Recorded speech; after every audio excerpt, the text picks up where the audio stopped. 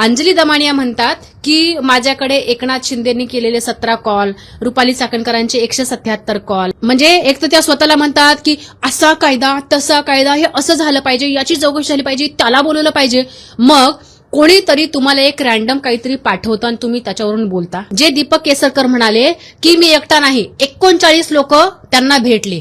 मग 39 लोक भेटले तर तुम्ही रुपाली चाकणकर आणि तुम्ही एकनाथ शिंदेचेच का नावं घेतायत, बाकी लोकांचं का नाव घेत नाहीत तुम्ही? ठीक आहे, 2-4 कॉल तुम्ही चंद्रकांत पाटीलचे सांगितले, एखादा कॉल तुम्ही आशिष शेलारचा सांगितला, बाकीच्यांचं काय? मी तर असल्या भोंदू कधी कोणाला कॉल केला नाही, पण कुठल्या भोंदूचं म्हणजे माझ्या नंबरवर कधी चुकून त्याचा कॉल आला असेल तर मलाही चौकशीला बोलवा, अशी मी या मताची आहे.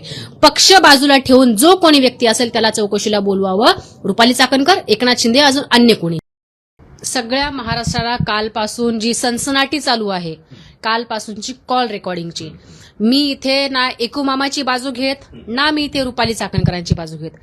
जी सत्य परिस्थिती आहे आणि जी माझ्यासारखी कायदे कानून जाणणारी जी पण कोणी सुज्ञ व्यक्ती आहे त्यांच्या मनामध्ये पडलेले प्रश्न असे की जेव्हा कॉल डिटेल जी आहे ती काढण्यासाठी एखादी व्यक्ती फार मोठ्या गुन्ह्यामध्ये, बरं, ती डिटेल काढण्यासाठी सुद्धा लिखित अर्ज द्यावा लागतो आणि तो राज्य सरकारकडून, गृह खात्याकडून हा दिला जातो आणि त्याच्यानंतरच संबंधित व्यक्ती, संबंधित कप्ती सीडीआर काढते. हा झाला नियम. आता अंजली दमानिया म्हणतात की माझ्याकडे एकनाथ शिंदेंनी केलेले 17 कॉल, रुपाली चाकणकरांचे 177 कॉल किंवा त्यांच्या बहिणीचे कॉल किंवा अजून अन्य लोकांचे. आता इथं त्यांची मोडस ऑपरेंडी बघा. त्या काय म्हणतात की आशिष शेलारचा एकच कॉल, चंद्रकांत पाटीलचे सो अँड सो कॉल. सगळ्यात जास्त कॉल कोणाची डिटेल जास्त सांगितलेले आहेत तर एकनाथ शिंदे आणि रुपाली चाकणकर. बर, आता त्यांच्याकडे कुठल्या तरी व्यक्तीने पाठवले आहेत म्हणून आम्ही तुमच्या सगळ्यांच्या माध्यमातून पेपरवरती लिहिलेले आहेत, ते आम्ही सगळं पाहिलं. जर यांना कोणीतरी पाठवलं असेल तर ती पूर्ण जसं बिल असतं तसं कॉल रेकॉर्डिंगची सगळी डिटेल आली असती, परंतु नाही, पर्टिक्युलर्स नंबर. याच्यामध्ये मला राजकीय वास येतो. तो कसा? कारण तर बाकी कुठल्याही व्यक्तीचं एवढं मोठं सध्या सनसनाटी होणार नाही. मग रुपाली चाकणकर आणि एकनाथ शिंदे यांची नावं घेऊन जा. बरं, रुपाली चाकणकरांचे ऑलरेडी महिला आयोगाचा आणि त्यांच्या प्रदेशाध्यक्षाचा राजीनामा झालेला आहे. आता पुढची जी काही प्रक्रिया चालू आहे ती एसआयटी आणि जो काही तपास यंत्रणा आहे त्याचा भाग आहे. मग आता काय करायचं तर एकनाथ शिंदेंना ह्या सगळ्या गोष्टी म्हणजे राजकीय संपवण्याचा मला एक असा भाग वाटतो आहे. मी काही त्यांची समर्थक नाही किंवा त्यांच्या पक्षाचं समजा वाटोळ झालं किंवा त्यांचं राजकीय वाटोळ झालं तर याच्यात मला आनंदच होणार आहे. परंतु जर अशा पद्धतीनं त्यांना एक भीती दाखवणं म्हणा किंवा काही म्हणा, खरं तर मी तुमच्या माध्यमातून मी सरकारला एक सांगू इच्छिते किंवा माझी एक मागणी आहे सरकारकडे. तुम्ही सगळ्यात पहिल्यांदा आधी अंजली दमानियाला तपासाला बोलवा आणि अंजली दमानियाला कोणी पाठवलं, त्या म्हणतात ना मला कोणीतरी पाठवलं, एका सुज्ञ नागरिकानं पाठवलं. मग तो सुज्ञ नागरिक कोण? तर अंजली दमानियाचा मोबाईल चेक करा, अंजली दमानियाचा तो सोर्स विचारा कोण आहे तर, आणि पाठवणारा सोर्स आणि अंजली दमानिया या दोघांना त्याच्या पाठीमागचं काय कारस्थान आहे किंवा काय गोष्टी आहेत, तर हे मला असं वाटतं की अंजली दमानिया आणि ती संबंधित व्यक्ती सांगू शकेल. आता ज्या कायद्याच्या म्हणजे एक तर त्या स्वतःला म्हणतात की असा कायदा तसा कायदा, हे असं झालं पाहिजे, याची चौकशी झाली पाहिजे, त्याला बोलवलं पाहिजे. मग कोणीतरी तुम्हाला एक रॅन्डम काहीतरी पाठवतं आणि तुम्ही त्याच्यावरून बोलता.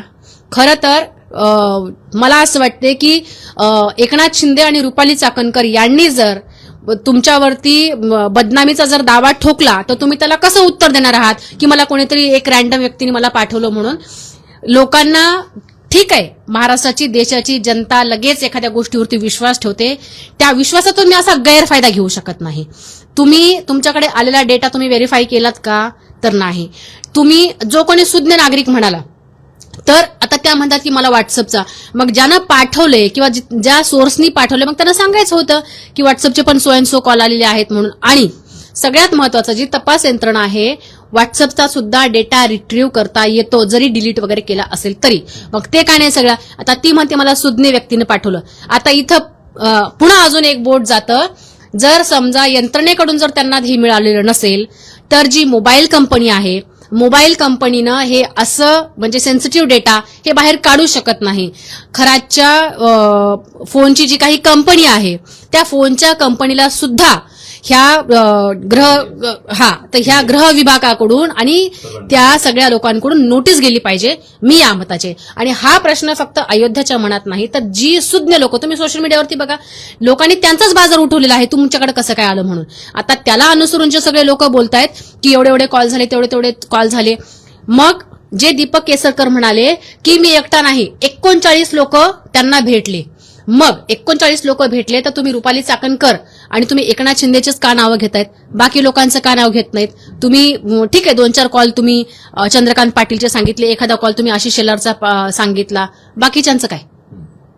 म्हणजे मला हा का राजकीय वास मी म्हंटल मला येतोय, कारण तर अंजली दमानियाचा कारभारी कोणाच्या हाताखाली काम करतात आणि ज्या पद्धतीनं भाजप आपल्या मित्र पक्षाला संपवतो, जो 2014 ते 2019 आणि 2019 नंतर जे आमच्या पक्षासोबत जे कटकारस्थान केले फडणवीसांनी, आज तेच कटकारस्थान मला एकनाथ शिंदे यांच्यासोबत होताना दिसतायत. एक सुज्ञ नागरिक म्हणून, राजकीय पक्ष म्हणून मला कधी वाटेल की एकनाथ शिंदे यांचं राजकीय करिअर बर्बाद झालं पाहिजे, मला कधी वाटेल.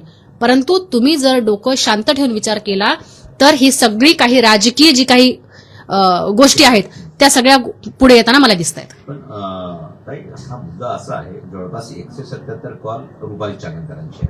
मुळात याच्यामध्ये मुद्दा असा आहे की महिला आयोगाच्या अध्यक्ष असताना रुपाली चाकणकरांचे अशा प्रकारचे कॉल्स एकंदरीतच बघायला गेलं तर अशोक खरातचे काळे कारनामे झाकले जातात किंवा झाकण्याचा प्रयत्न होत होता का चाकणकरांकडून? चाकणकर हे बघा, आता तो तपासाचा भाग आहे, पण एक महिला म्हणून मी मगाशी व्हिडिओ रिलीज केलेला होता माझा, मी माझगाव कोर्टाच्या बाहेरून.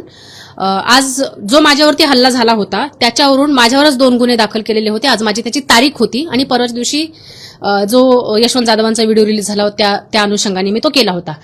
तर ही लोक मग त्याही वेळेला माझी पोलिसांनी तक्रार नोंद करून घेतली नाही म्हणून तेव्हा मी महिला आयोगाकडे मदत मागितली होती. रुपाली चाकणकर महिला आयोगाच्या अधिकृत ईमेल आयडी वरती मी तो मेल करून मी त्यांना मदत मागितली होती, त्यांच्या नंबरवरती कॉल करून, परंतु मला मदत झाली नाही.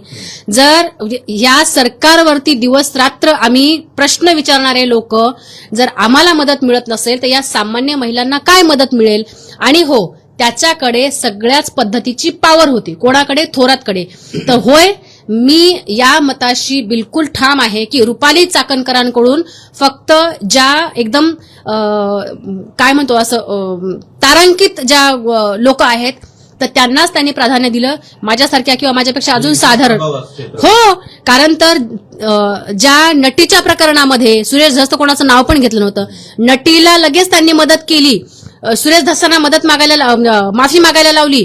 परंतु आम्ही मागच्या 3 वर्षापासून तुम्हाला महिला आयोग म्हणून आम्ही तुम्हाला मदत मागतोय. जर तुम्ही आम्हाला मदत केली नाही, बाकी तुम्ही फलटण प्रकरणामध्ये असेल, वैष्णवी हागवणे प्रकरण असेल, याही वेळेला तुम्ही फक्त महिलांच्या चारित्र्यावरती तुम्ही शिंतवडे उडवले. तुम्हाला नेहमी महिला चुकीच्या वाटल्या, परंतु या खरात प्रकरणामध्ये आता तिथं त्यांचंच खरात प्रकरणामध्ये किती कॉन्ट्राडिक्ट म्हटलं नाही. ते माझी त्यांची फक्त एक माझा गुरु म्हणून माझी ओळख आहे. नंतर त्यांचा व्हिडिओ तुमच्या सगळ्यांच्या माध्यमातून पाहिला की मी माझं सगळं काही त्यांच्या चरणी अर्पण करते, म्हणजे एक संविधानिक पद सुद्धा मी त्यांच्या चरणी अर्पण करते, असं त्यांचं वाक्य आहे. त्याच्यानंतर त्या वारंवार तिथं जात राहिल्या, त्यांचे फॅमिली मेंबर तुमच्याच माध्यमातून खरातचे आणि त्यांचे आम्ही असे फोटो तुमच्या सगळ्यांच्या माध्यमातून आम्ही पाहिले. आता सर आमचेही गुरु आहेत, पण आम्ही आमच्या गुरुला असा नमस्कार केलाय सर, आम्ही कधी आमच्या गुरुला टच पण केलं नाही, हे असं आम्ही पहिल्यांदाच बघतोय. असो, मला त्याच्यात जायचं नाही कोणाचा किती पर्सनल संबंध आहे, परंतु तुम्ही ज्या पद्धतीनं बोललात आणि ज्या पद्धतीनं समोर येत आहे ते एकदम विरुद्ध आहे. त्यामुळे आमची तुमच्याकडे संशयाची सुई जातीये आणि जो काही तपास यंत्रणा आहे त्या तपास यंत्रणांनी रुपाली चाकणकर असेल, एकनाथ शिंदे असतील किंवा ज्याही कोणाला खरातचे कॉल गेलेत, जसं अंजली दमानिया म्हणतात तसं, पण मला त्याच्यावरती विश्वास नाही. पण खरंच त्यांची कॉल रेकॉर्डिंग चेक व्हावी खरातची, आणि जे कोणी तिथं त्याच्यामध्ये जे कोणी ज्याही पक्षाचे, अगदी मी तर असल्या भोंदू कधी कोणाला कॉल केला नाही, पण कुठल्या भोंदूचं म्हणजे माझ्या नंबरवर कधी चुकून त्याचा कॉल आला असेल तर मलाही चौकशीला बोलवा, अशी मी या मताची आहे. पक्ष बाजूला ठेवून जो कोणी व्यक्ती असेल त्याला चौकशीला बोलवावं, रुपाली चाकणकर, एकनाथ शिंदे, अजून अन्य कोणीही. रुपाली चाकणकरांच्या बहिणीचं पण नावही आर्थिक व्यवहारांमध्ये यामध्ये पुढे येत आहे असं पाहायला मिळतंय. सर, सगळ्यात पहिलं तर मला इथं काय म्हणायचं आहे, सगळ्यात पहिलं तुम्ही पीडितांना न्याय द्या, ही तुमची प्रायोरिटी असली पाहिजे. परंतु विषय कुठेतरी भरकटवल्या जातोय असं माझं वैयक्तिक मत आहे. ठीक आहे, तुम्ही त्यासोबतच मला असं वाटतं, आता कोण भरकवतोय मला माहित नाही, त्याचे तटकरेंसोबतचे संबंध, त्याचे याच्यासोबत संबंध, त्याचे आदिती तटकरे, अनिकेत तटकरे, फलाना ढिमकाना, अजूनही वाजवण्याचा प्रयत्न होतो या प्रकरणामध्ये. हो, आता हे जे मीडियाच्या मार्फत आमच्या समोर जे येते असं वाटते, पण इथं रुपाली चाकणकर किंवा जे त्यांच्याशी निगडीत आहेत किंवा ज्या ज्या पीडित महिलाला शोधलं पाहिजे, पीडित महिलांना तुम्ही एक हे दिलं पाहिजे की विश्वास दिला पाहिजे की नाही, तुम्ही या समोर आम्ही याची खराची केस कशी स्ट्रॉंग झाली पाहिजे महिलांच्या बाबतीमध्ये. एकीकडे देवेंद्र फडणवीस म्हणतात की महिलांची डिग्निटी, मग महिलांची डिग्निटी म्हणून तुम्ही त्या महिलांना बोलवा, तुम्ही त्या महिलांना विश्वास द्या, तुम्ही त्या महिलांची कशा पद्धतीनं त्यांना फूस लावली म्हणा किंवा काय खायला दिलं, काय नाही, कसं काय झालं, त्या सगळ्या गोष्टी तपासा, त्याच्यावरती तुम्ही हे करा. आणि जेव्हा त्याचा हे महिलांच्या बाबतीमध्ये होईल तर त्याचे उत्पन्नाचे स्रोत तुम्ही चेक करा किंवा त्याच्या अजून कोणाच राजकीय लोकांसोबत संबंध आहेत ते सगळं काढा ना. आमचा त्याला तुम्हाला सपोर्टच असेल, परंतु सध्या विषय आहे महिलांचा, तर तुम्ही महिलांचा विषय सोडून त्याच्या आर्थिक गोष्टीकडे जाताय, हे मला कुठेतरी हे वाटतंय.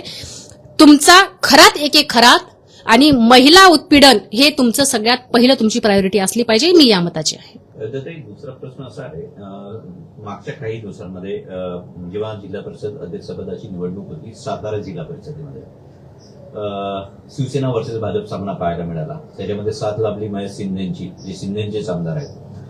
आता परत विशेष समिती सभापतींचा विषय होता, त्यामध्ये परत एकदा भाजपने थेट शंभूराज देसाईंना चेकमेट दिलाय.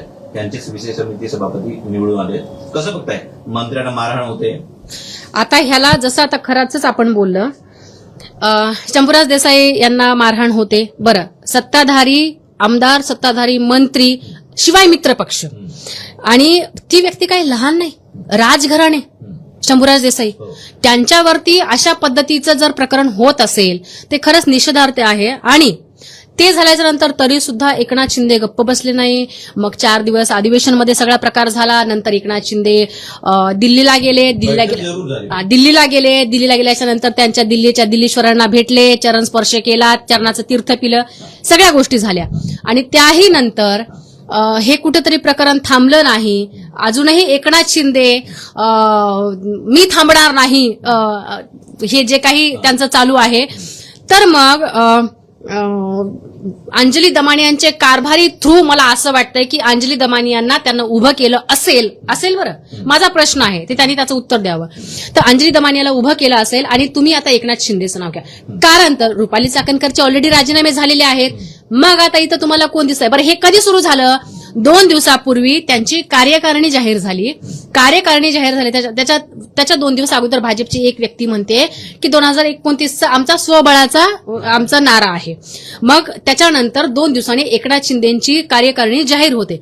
कार्यकारिणी जाहीर झाल्याच्या नंतर पूर्ण मुंबईची जी काही लोकसभा आहेत, सगळी प्राथमिकता जी आहे तर ती श्रीकांत शिंदेला दिलेली आहे आणि बाकीच्या इथल्या लोकांना दिलेली आहे आणि सगळ्या महाराष्ट्राची कार्यकारिणी जाहीर झालेली आहे. म्हणजे कुठेतरी हे सुद्धा एकला चलोची, आता पुढे जे होईल ते होईल, अजून त्याला 3 वर्ष बाकी आहेत, परंतु यांनी सुद्धा एकला चलोची तयारी सुरू केलेली आहे.